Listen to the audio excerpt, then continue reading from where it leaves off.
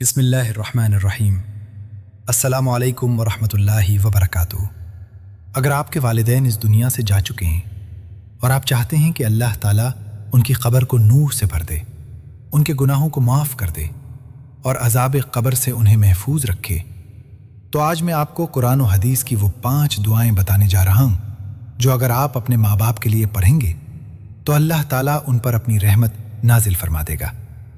پہلی دعا، قرآن پاک کی وہ دعا جو ہر اولاد کو اپنے ماں باپ کے لیے پڑھنی چاہیے۔ رب ارحمہما کما ربیانی صغیرا، اے میرے رب میرے ماں باپ پر رحم فرما جیسے انہوں نے بچپن میں مجھے پالا۔ قرآن کریم سورۃ الاسراء آیت نمبر 24۔ دوسری دعا، اپنے لیے، اپنے والدین کے لیے اور تمام مومنوں کے لیے۔ ربنا اغفر لی ولوالدی وللمؤمنین یوم یقوم الحساب، اے ہمارے رب مجھے بخش دے، میرے والدین کو بخش دے اور تمام ایمان والوں کو بخش دے جس دن حساب قائم ہوگا۔ قرآن کریم سورۃ ابراہیم آیت 41۔ تیسری دعا جو دنیا اور آخرت دونوں کی بھلائی مانگنے کی دعا ہے، ربنا آتنا فی الدنیا حسنہ وفی الآخرۃ حسنہ وقنا عذاب النار، اے ہمارے رب ہمیں دنیا میں بھی بھلائی عطا فرما، آخرت میں بھی بھلائی عطا فرما اور ہمیں آگ کے عذاب سے بچا۔ قرآن کریم سورۃ البقرہ آیت 201۔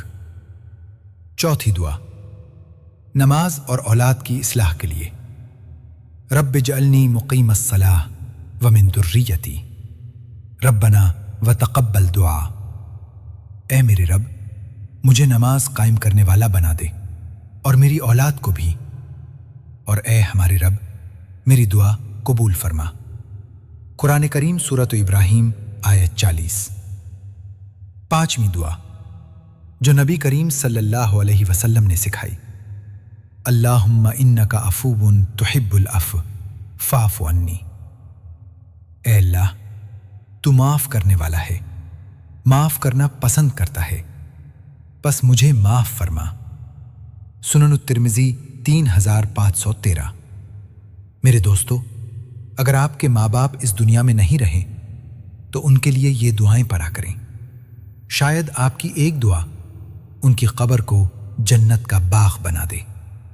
اللہ تعالیٰ تمام مرحومین کی مغفرت فرمائے، ہمارے ماں باپ کی مغفرت فرمائے اور ہمیں بھی ان کے لیے دعا کرنے والا بنا دے، آمین یا رب العالمین۔ جو بھی یہ ویڈیو دیکھ رہا ہے کمنٹ میں صرف آمین لکھ دیں تاکہ ہم سب اس دعا میں شامل ہو جائیں۔ اگر ویڈیو اچھی لگے تو پلیز چینل کو سبسکرائب کریں، ویڈیو کو لائک اور شیئر کریں اور اپنی رائے کمنٹ میں ضرور لکھیں۔ جزاک اللہ خیر۔